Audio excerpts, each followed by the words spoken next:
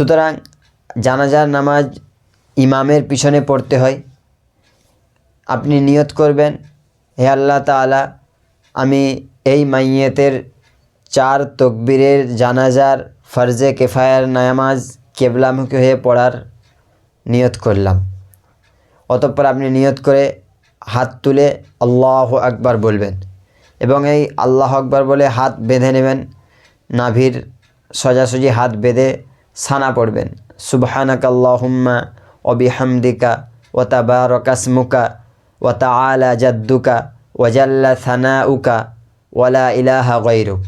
এই সানা পড়ার পরে অতঃপর আবার দ্বিতীয় তকবীর দেবেন, আল্লাহু আকবার। হাত কিন্তু আর তুলবেন না এবং মুখ আসমানের দিকে উঠাবেন না। দ্বিতীয় তকবীর দেওয়ার পরে আমরা দরুদে ইব্রাহিম নামাজে যে দরুদ শরীফ পড়ি ওই দরুদ শরীফটা পড়ব। অতঃপর দরুদে ইব্রাহিম শেষ হলে আমরা 3 নম্বর তকবীর দেব, আল্লাহু আকবার। এই তকবীরেও আমরা হাত কান পর্যন্ত উঠাবো না এবং আমরা আসমানের দিকে মুখও তুলব না।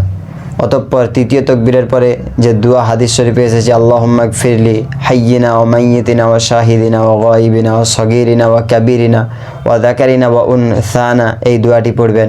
অতঃপর চতুর্থ তকবীর পড়বেন, আল্লাহু আকবার।